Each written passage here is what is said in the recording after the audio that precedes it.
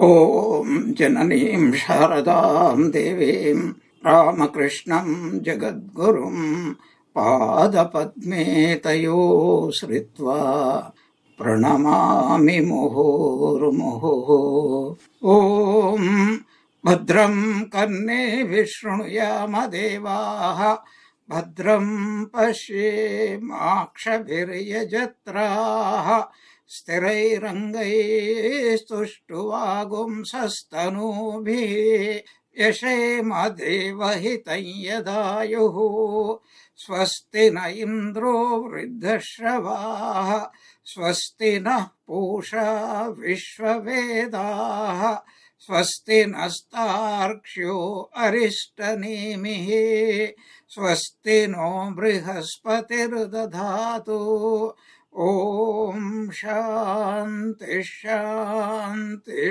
Shanti Hare Om. Om. O gods, may we always hear with our ears what is auspicious.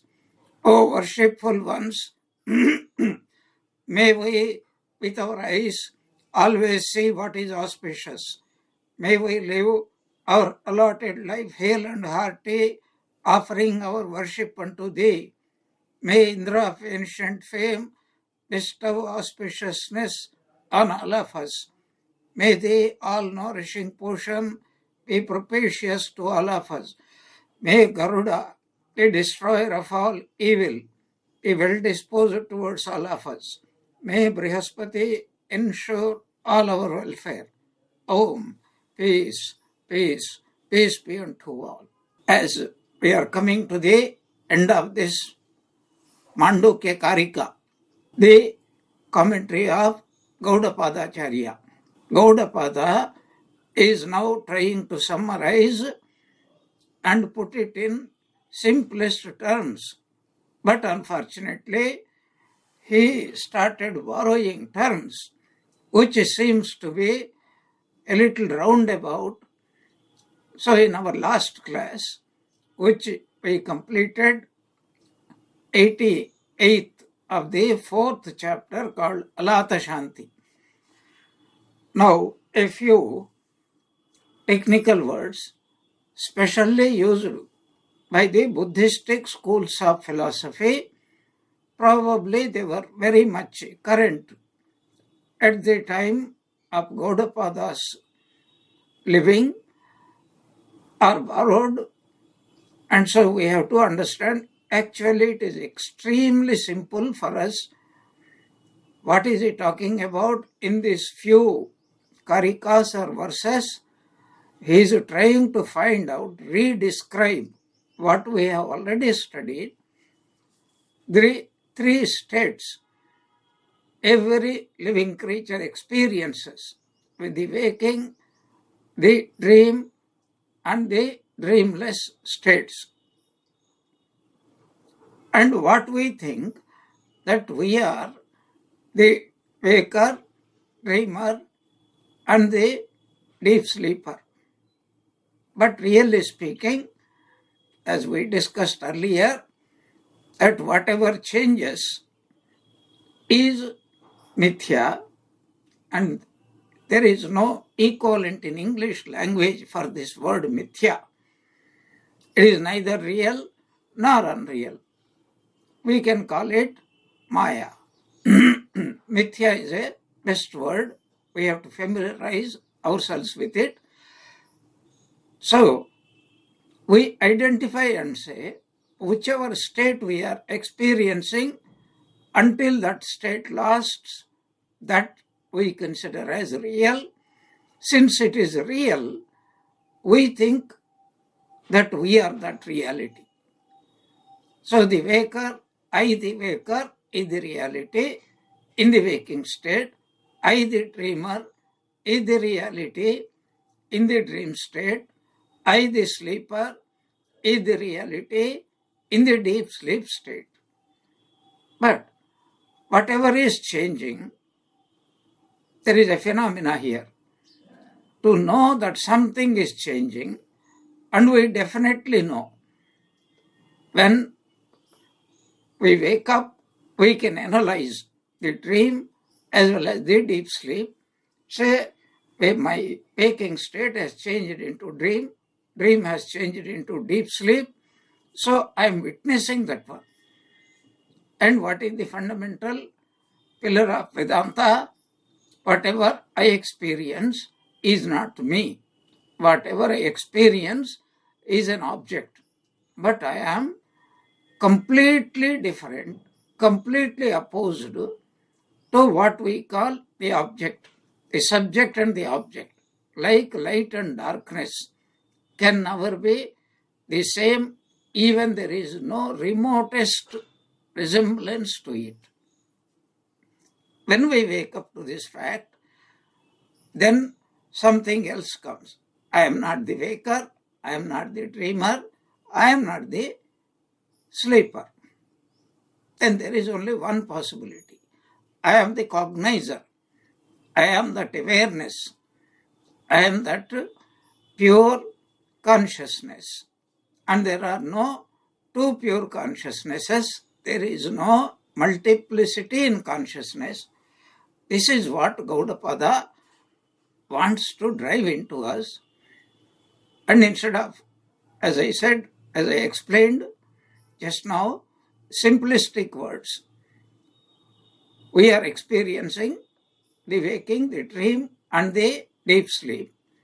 And since I am experiencing them, I am the experiencer, unchanging, independent experiencer, and whatever is experienced is changing and dependent.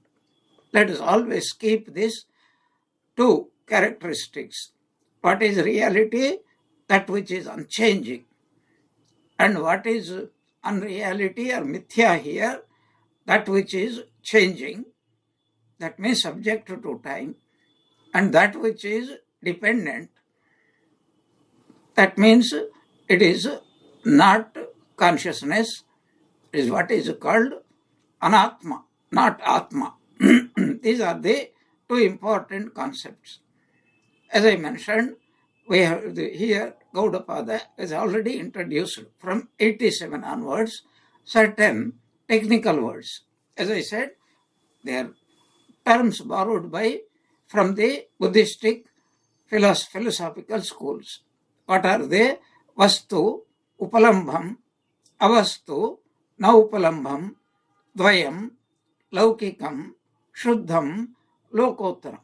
I will translate these few so that it will be very easy. Vastu means an external object is called a Vastu. Upalambham means a thought about that object. For example, if I am seeing a house, so the house is the Vastu, and my knowledge in the form of a thought in my mind that this is a house is called Upalambham.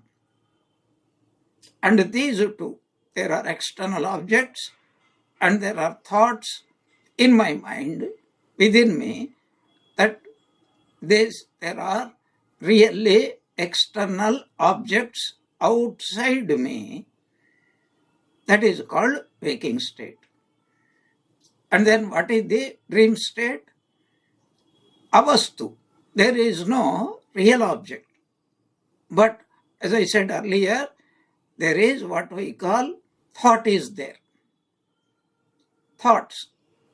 So in dream state, the thoughts themselves become the objects. So avastu means simply thoughts. Whatever is experienced during the waking state. And na upalambham.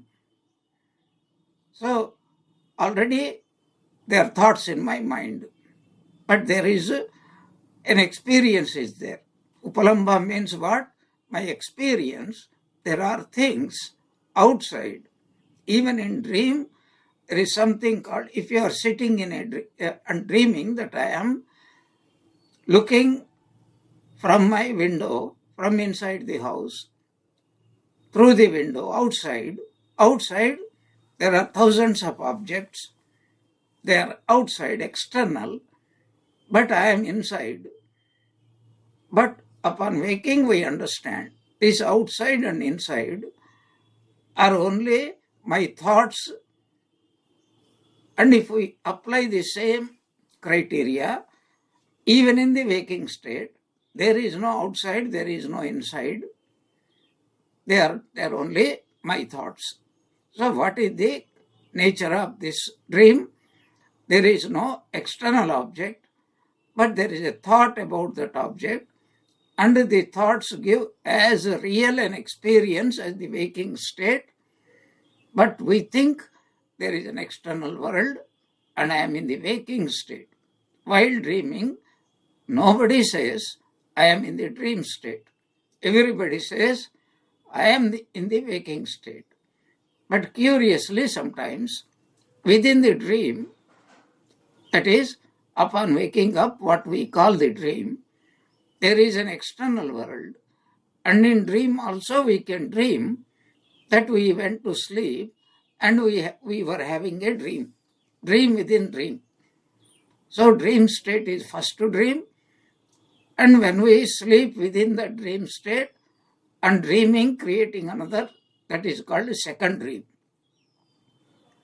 So it is a dream.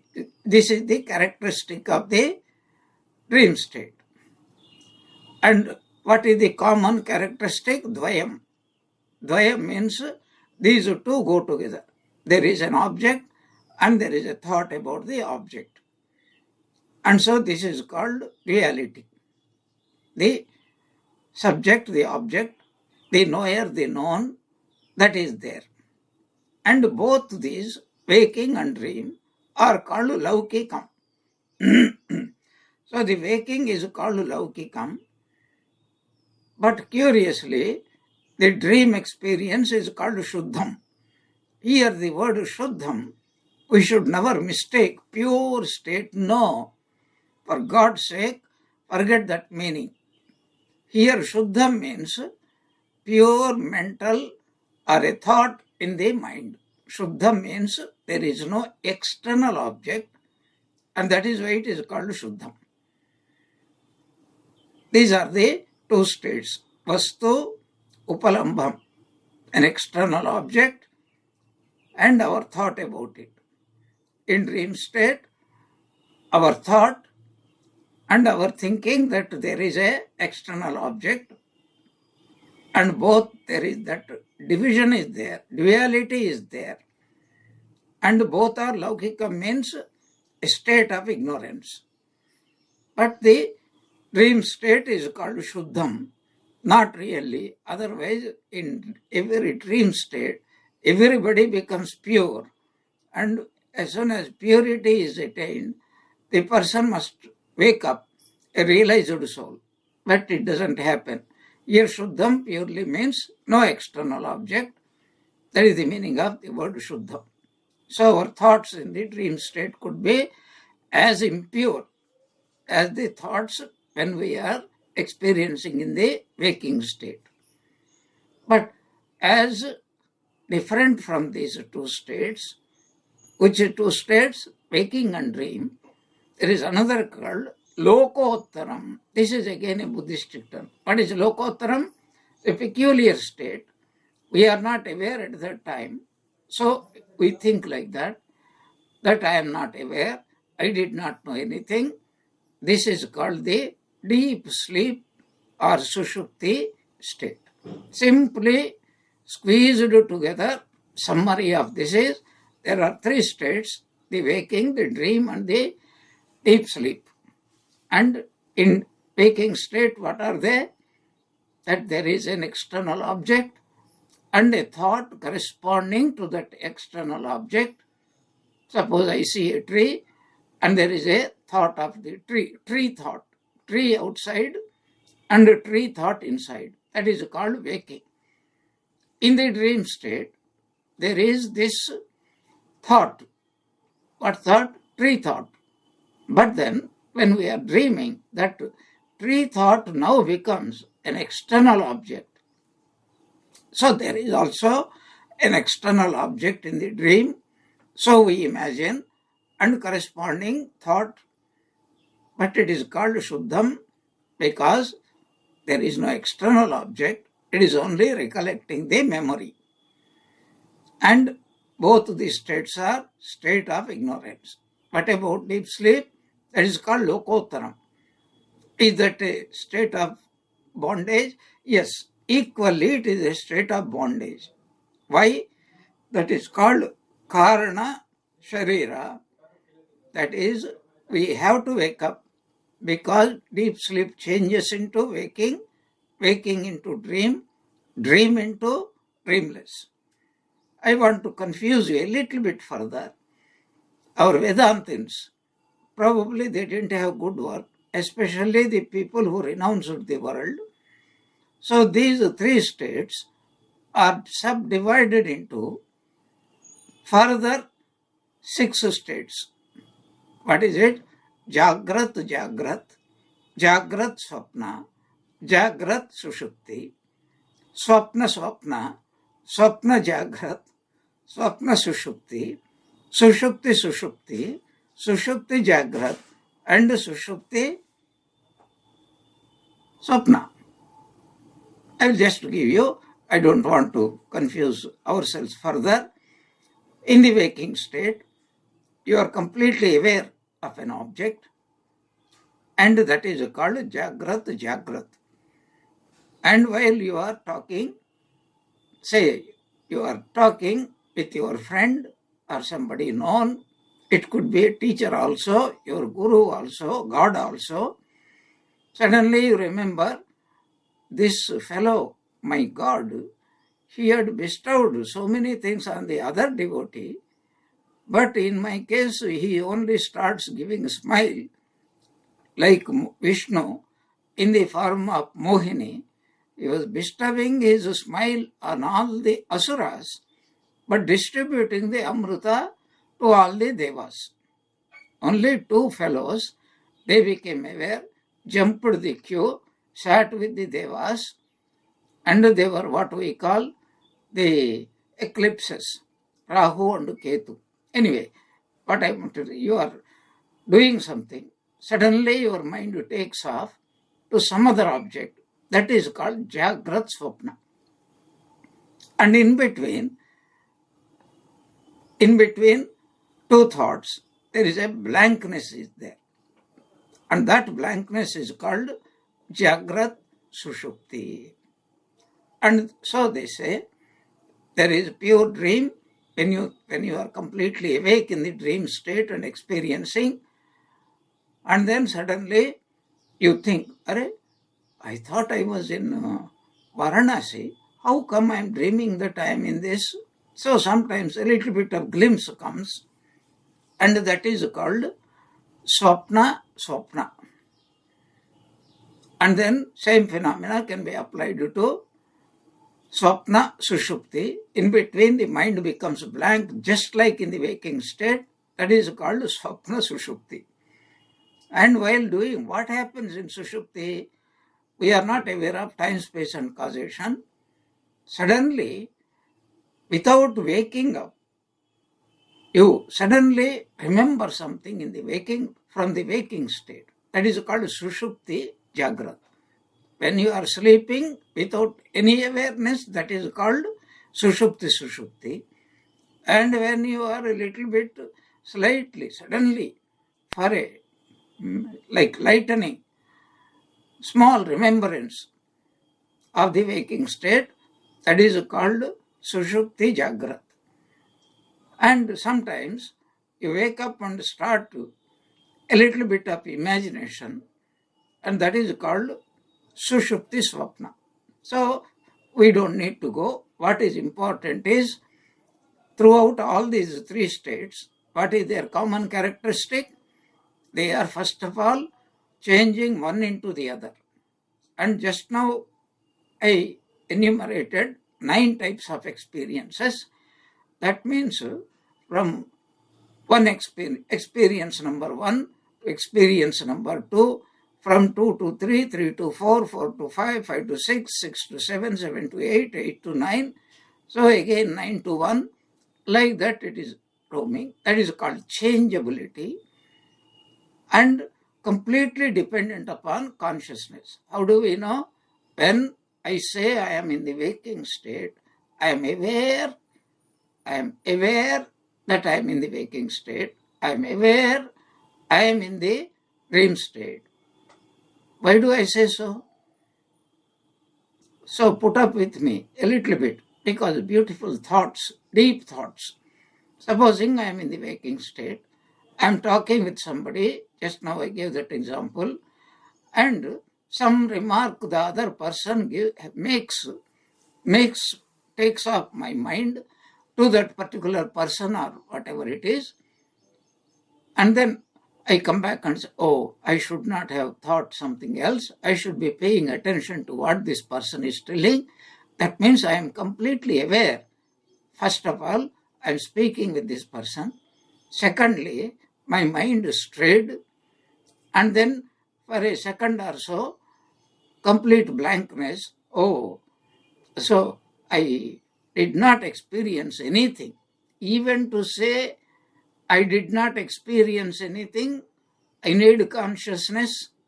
Otherwise, I could not have recollected that I did not experience anything. So, that awareness is completely different from the mithya, which has two characteristics. What are they? Changeability and dependability. This consciousness is continuous, unchanging, eternal, whatever be the state. And that is what Gaudapada wants to drive into our mind. So in our avastu anupalambhancha lokottaram iti smrutam jnanam jnayancha vigneyam sada buddhai prakirtitam.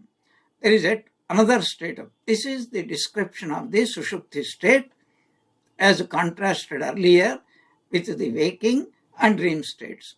So in this 88th Karika, there is yet another state of consciousness admitted by the wise, which is free from contact with external objects and also free from the inner thoughts. There is no external object and there is no thought about the external object, which are both present in the waking as well as the dream, but in the what is called sushupti, deep sleep, the body which represents waking state and the mind which represents the dream state, both become completely merged for the time being, for a temporary period of time.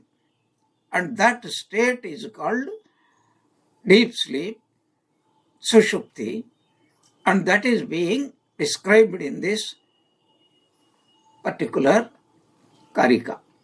Avastu, there is no external object. Anupalambham, there is no thought about that object. Therefore, this third state, what is it called? Lokottaram. Loka means Jagrat Loka, Swapna Loka, and this is far beyond both of them, completely separate from both of them.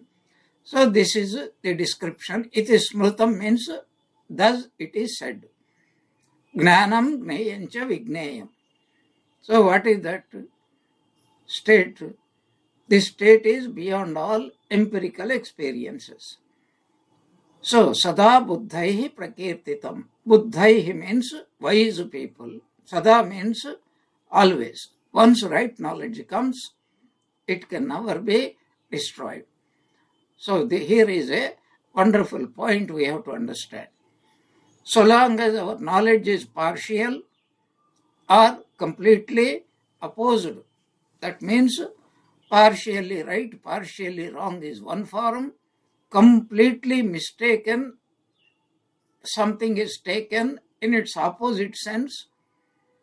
So, or doubt-ridden, these three states, knowledge, our worldly knowledge is characterized by these three. First of all, doubts come. Do I know it completely? Do I not know? This is called samshaya gnana. And the second one is partially known, partially right. Something is right, something I mistaken. And there is something called viparita jnanam, means I mistake, like the young man who mistook a black bear on a dark night for his beloved, completely mistaken. So, right knowledge, doubtful knowledge, partial knowledge, and completely opposite knowledge. Our goal should be to have the what is called right knowledge. And that is what is the person who has that kind of right knowledge. What was the point I mentioned earlier? That all these partial knowledge and completely opposite knowledge or doubtful knowledge, they are subject to change. Scientists are always doing it. They discover something, oh, we have discovered everything. And next scientist comes, no, that is completely wrong. This is the right thing. Like that, every knowledge that thus discovered so far is being denied by the next person, but it is not complete denial, it is expansion of knowledge. But a person must come to that ultimate point of knowledge. Once a person reaches, he can never change it. That is called changeless knowledge. And that changeless knowledge is called Atman, Brahman, or it is called real knowledge. That is what Sri Ramakrishna said. Jnanam can be changed, but Vijnanam. So Jnanam, Gneyam, Vijnanam. Jnanam means knowledge. Knowledge of the many things. For example, you see a tree, I know this is a tree. And you see a wall, I see a wall. So I have knowledge of the tree, I have knowledge of the wall, I see a bird, I have knowledge of the bird. So there is every type of knowledge is called limited knowledge, and it is changing whenever we come across a new object. Not only that, the same object also. I thought this was a good person. No, like that, our knowledge is being continuously replenished. And that is called evolution. That is the nature of things.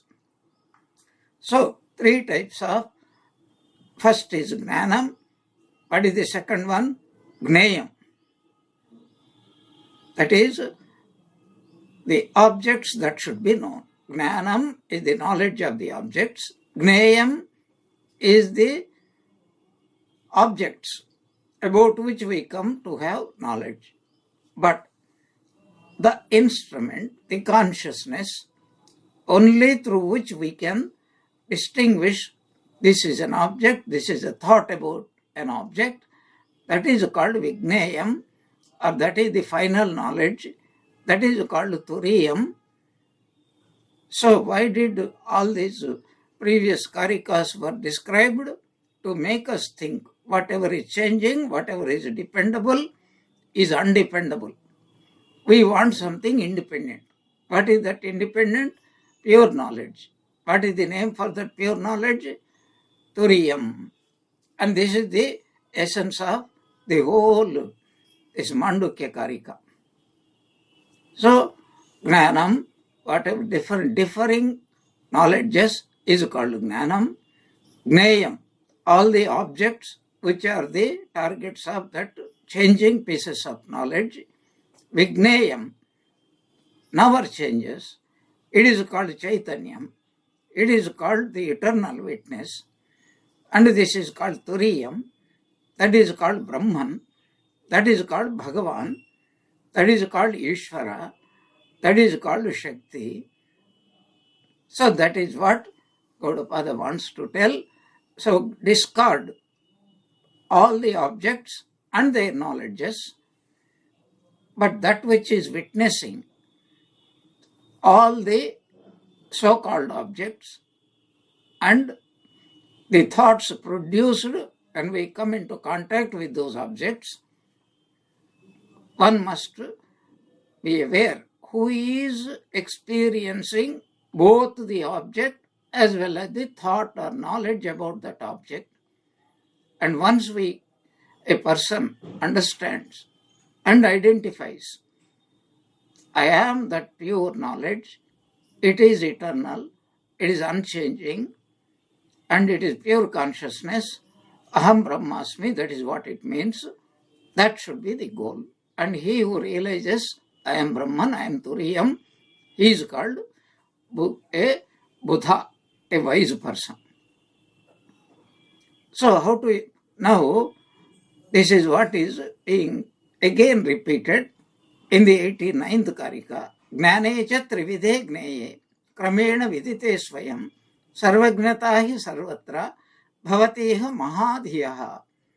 Earlier he said, Budhaihi, wise people. Here is same idea repeated here. Repetition is not for fault, because until we realize the truth, repetition is the only way. That is why there is a beautiful sloka in Sanskrit saying, that is mantranam jyamita nasti, about truths. Mantra means the truth, highest truth. Jyamita, nothing called that you should not repeat. You are telling me for the billionth time. No, it has to be told until we become that. Once we know I am that, then there is no need, there is no teacher, there is no taught, there is no sadhana, etc. In this 89th, Jnanecha trividhe gneye, kramena vidite swayam, sarvagnata hi sarvatra, bhavateha mahadhiyaha. A person becomes mahadhiya, that is a realized soul. When he attains sarvagnata, all-knowingness. What is all-knowingness? That there is no all at all. There is only Brahman, and about Brahman we should never say Brahman is everything, because so long as we see infinite number of things, countless, countable things, we have to say it is nothing but Brahman. For example, you are seeing 100 ornaments. So this ornament is different from that ornament, but every ornament is made up of gold. So long as we do not realize, there is, from the viewpoint of the basic material, there is no difference between one and the other. Even the smallest ornament is nothing but gold. Its value may be different because we measure it is a small quantity of gold, and a big ornament that goes around the waist, that is very heavy, and that costs tremendous amount of weight of gold. It is more costly. That is a vyavaharika, transactional world. But the truth is, small ornament, big ornament, every ornament is nothing but pure gold. Gold is its true nature. That is what he wants to say, that there is no everything. It is only to convey to us, because we have not attained to that state. Sarvagnata, all-knowing, there is no all-knowingness. Brahman is only one. Advitiya, ekaha advitiya. There is no everywhere, sarvatra. That is also because we can think only in terms of time, space, causation. We have to say past, present, and future. So, for us to understand, telling, when a wise person realizes Brahman, everything is Brahman, everywhere it is Brahman, everything that was in the past, present, and future is Brahman, and he is called Mahadhiyaha, the wisest of the persons. In simple words, he is called a realized soul, he is called a Mukta Purusha, liberated soul. But how to attain to that? So we have to first separate. This is a waking state, I am its witness, and whatever I am witnessing is not me. So this is called the knowledge of the waking state. Apply the same thing to the dream state. This is called dream state. I am imagining these things, and whatever I am imagining, I am not what I am imagining. I am totally separate. That awareness, I am that unbroken awareness. That is how from the waking state we go to the dream state.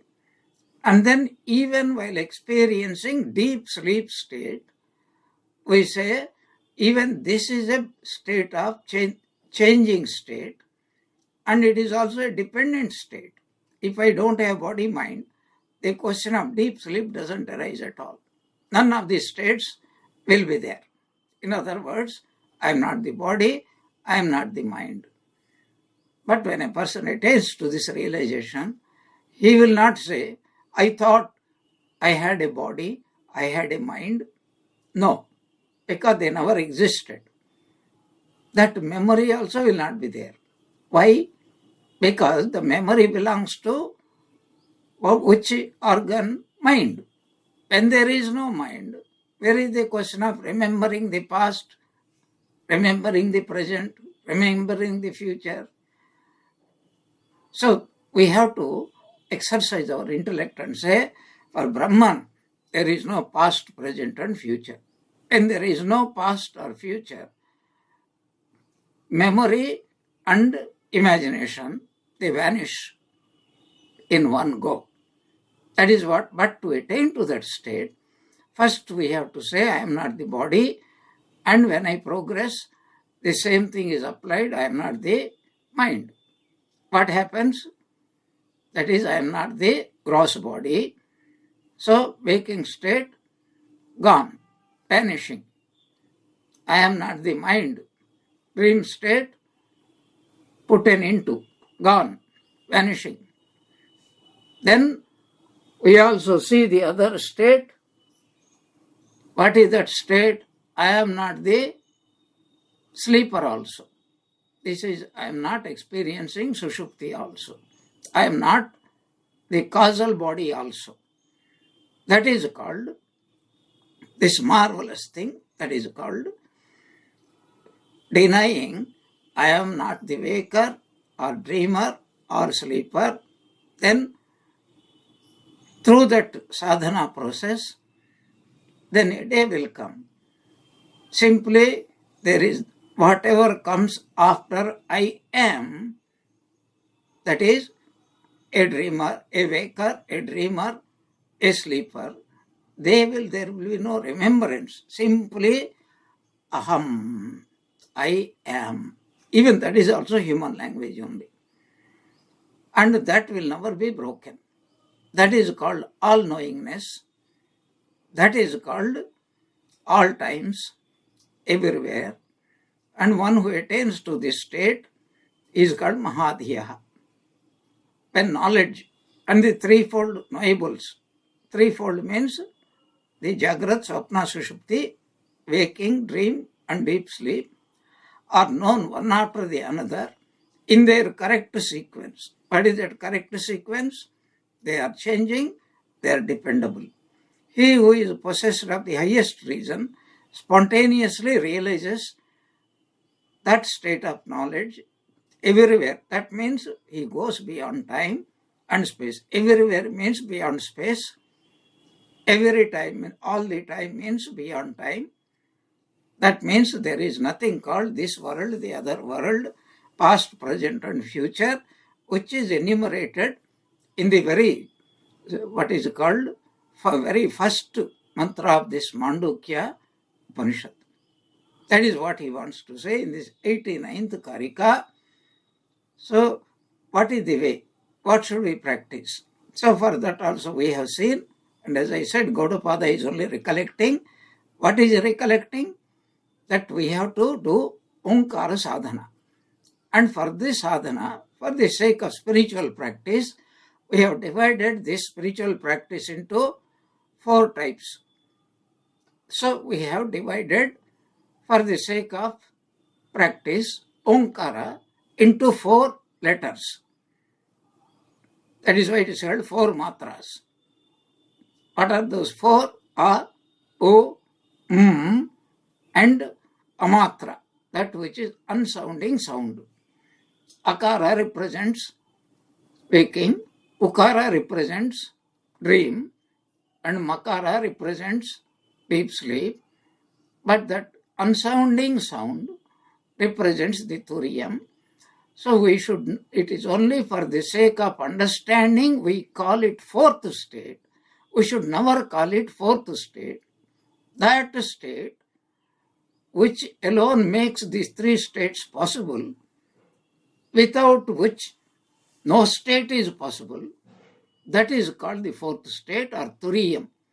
So we have to be very careful. Without gold, there is no small ornament or large ornament or largest ornament, nothing will be there.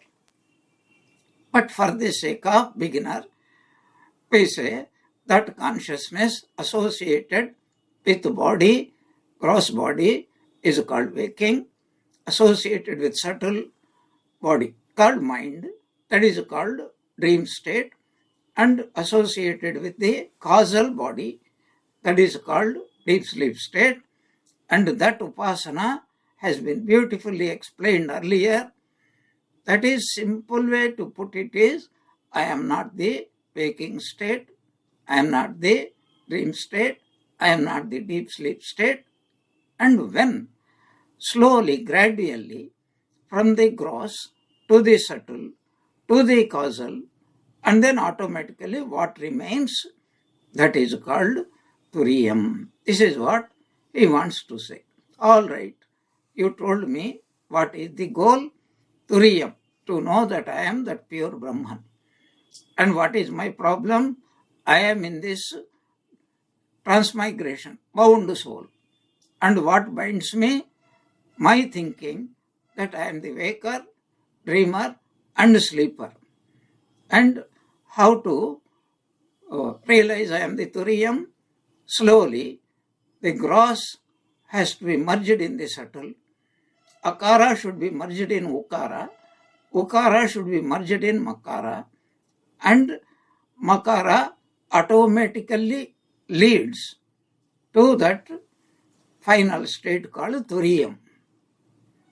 And again, how to attain sadhana, spiritual practice. And what are the spiritual practices to be done? That is explained in this 1990th Karika. Heya, Gneya, Apakyani, Vigneya, Anya, Grayanataha, Teshamanyatra Vigneyat, Upalambha Trishu Smritaha, Agrayanataha.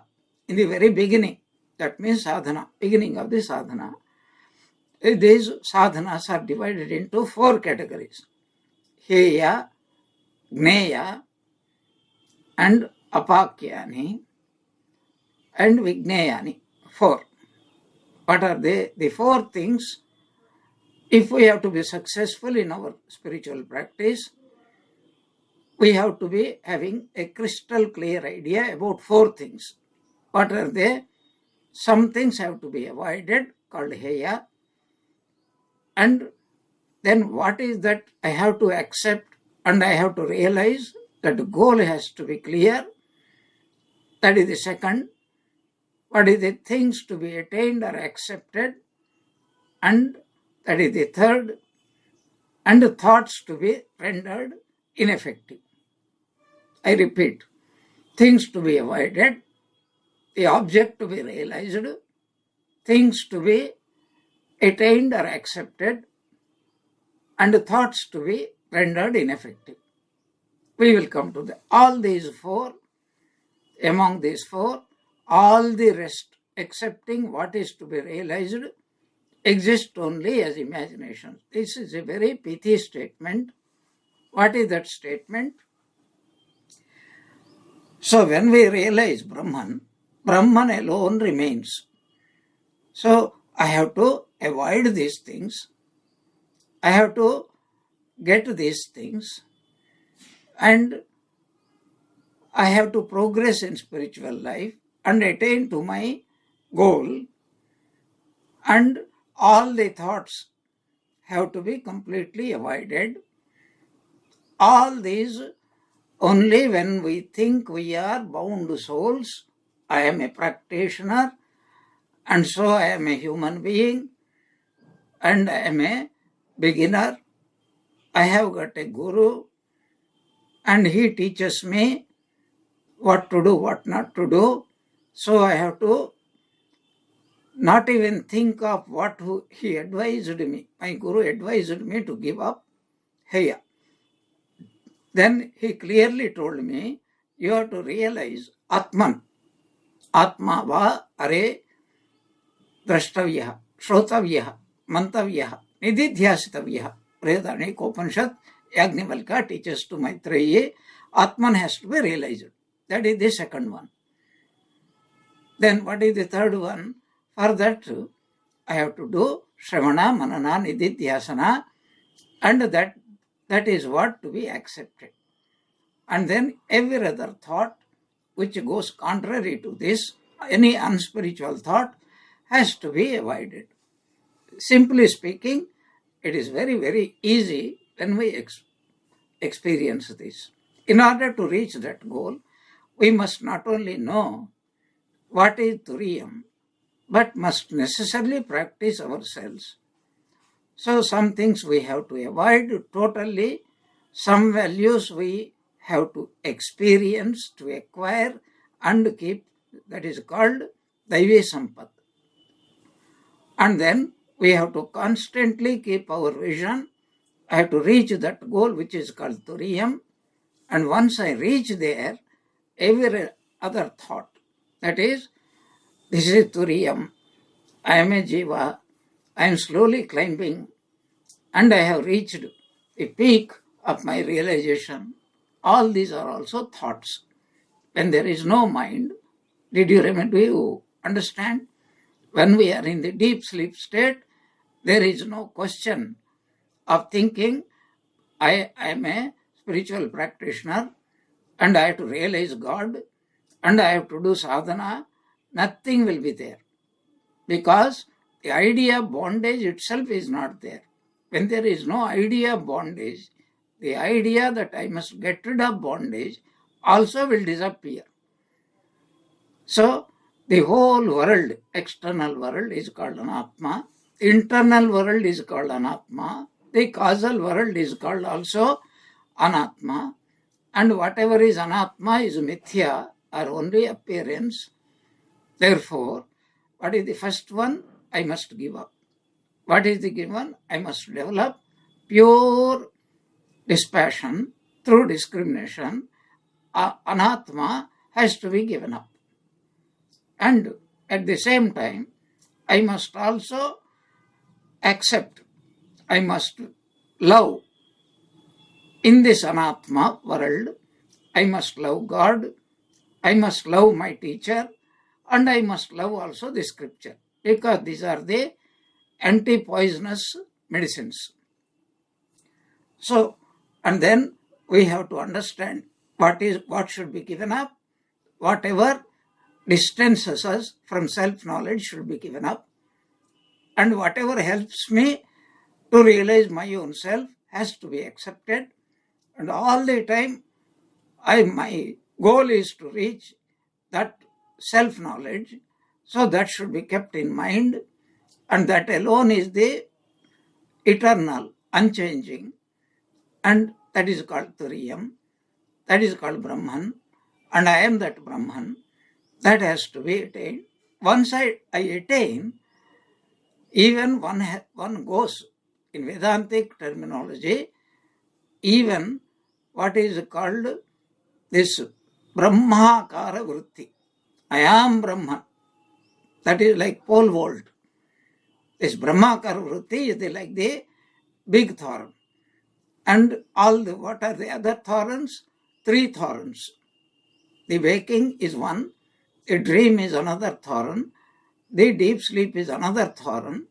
With the help of I am Brahman, learned from Guru and Scripture, with the help of that big thorn, I must get rid of I am not the waker, I am not the dreamer, I am not the sleeper, and I must pick up what is called completely separate from it. And once I know who I am, I don't need to say I am separate from these things, because these things become non-existent. And when something becomes non-existent, even the idea that I have to remove these things from me doesn't arise at all. This is the essence of it. Sadhana is what? That go beyond identity with these three states. And bondage is only these three states. There is no fourth state. Only three states: waking, dream, dreamless. So, apyam means that which I have to reach. This is called Brahman. And sadhana chatushtaya sampatti. I will have to have this. This is the meaning of this, which we will discuss a little bit. But the general trend is, I must know I am the Turiyam, which means I am not the waker, I am not the dreamer, I am not the sleeper. That is the essence of these verses which we discussed. Then Gaudapada enters into the again reiterating that there is no Jiva, everything is Brahman, and nobody is born, nobody is in bondage, and nobody has to do practice, any spiritual practice. And that is what he wants to drill from the 91st Karika onwards, which we will discuss in our next class. Om Jananim Sharadam Devim Ramakrishnam Jagadgurum Padapadme Tayo Saritva Pranamami Muhurmuhu. May Ramakrishna, Holy Mother and Swami Vivekananda bless us all with bhakti. Jai Ramakrishna.